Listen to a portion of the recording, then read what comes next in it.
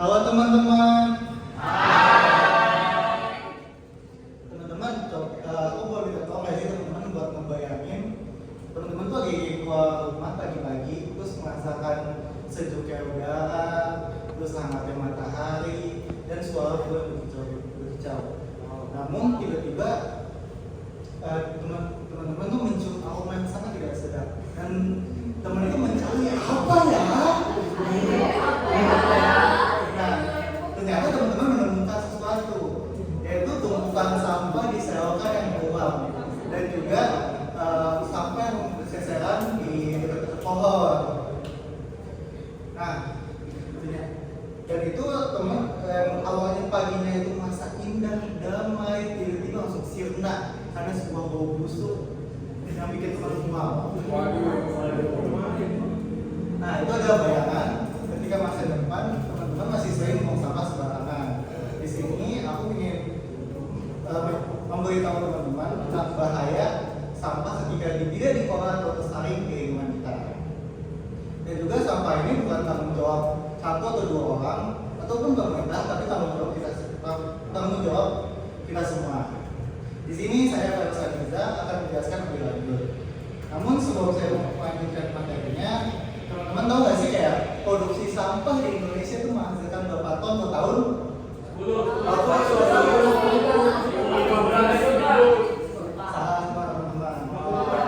Menurut Kementerian Lingkungan Hidup dan Kehutanan, pada tahun 2022 Indonesia menghasilkan sampah sebanyak 68 ton per tahun. Dan itu didominasi oleh sampah organik, khususnya sampah-sampah bekas sisa-sisa makanan. Dan sampah organik ini juga menghasilkan emisi gas rumah kaca. Nah, ini semua sebenarnya berawal dari hal sepele yang tadi aku pernah bilang, dari buang sampah sembarangan. Tapi teman-teman tahu kan jenis-jenis sampah itu ada apa aja?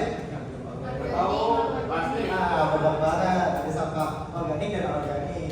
Sampah organik itu seperti bekas sisa makanan, terus kulit buah ataupun daun-daunan.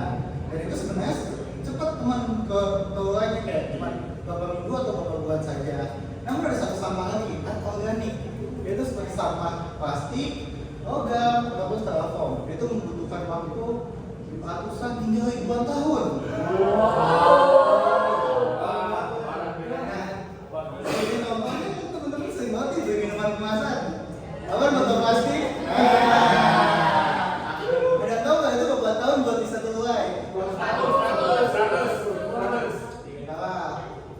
Menurut artikel aku baca dari CNBC, itu butuh waktu 450 tahun sampai 1000 tahun.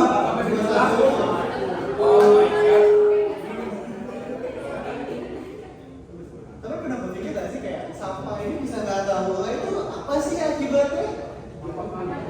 Nah, yang pertama itu yang paling sering diprotes masyarakat di pemerintah, yaitu penyumbatan saluran air yang menimbulkan kebanjiran. Dan ini juga dapat merusak dan menyemari sungai maupun laut. Dan yang kedua, apabila teman membakar sampah plastik, itu akan menyebabkan zat racun naik ke udara, menimbulkan sebuah polusi udara. Dan yang ketiga, itu mikroplastik dan sampah yang hancur akan masuk ke tanah ataupun air, dan serta juga bisa masuk ke tubuh kita loh. Itu melalui makanan seperti ikan yang sudah tercemar oleh mikroplastik dan juga air yang sudah tercemar oleh mikroplastik. Tapi teman-teman nggak usah khawatir. Aku tuh di sini tuh punya solusinya. Nah, pertama teman-teman pisahkan dulu nih sampah organik dan anorganik. Gimana caranya? Nah, dengan teman-teman membuang sampah dengan dua tong sampah yang berbeda ataupun dengan dua kantong yang berbeda. Dan yang terakhir, ketika teman-teman menemukan botol, kaleng ataupun kardus, teman-teman tuh sebenarnya bisa menjual ataupun didaur ulang sendiri. Nah, yang udah kayak tadi itu sebenarnya masalah sepele ya sih. Nah, tapi karena banyak yang ngakuin ini bisa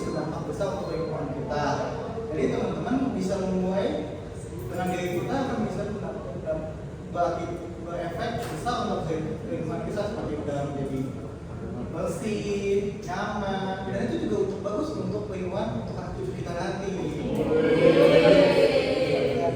Sedikit kesimpulan aja nih ya.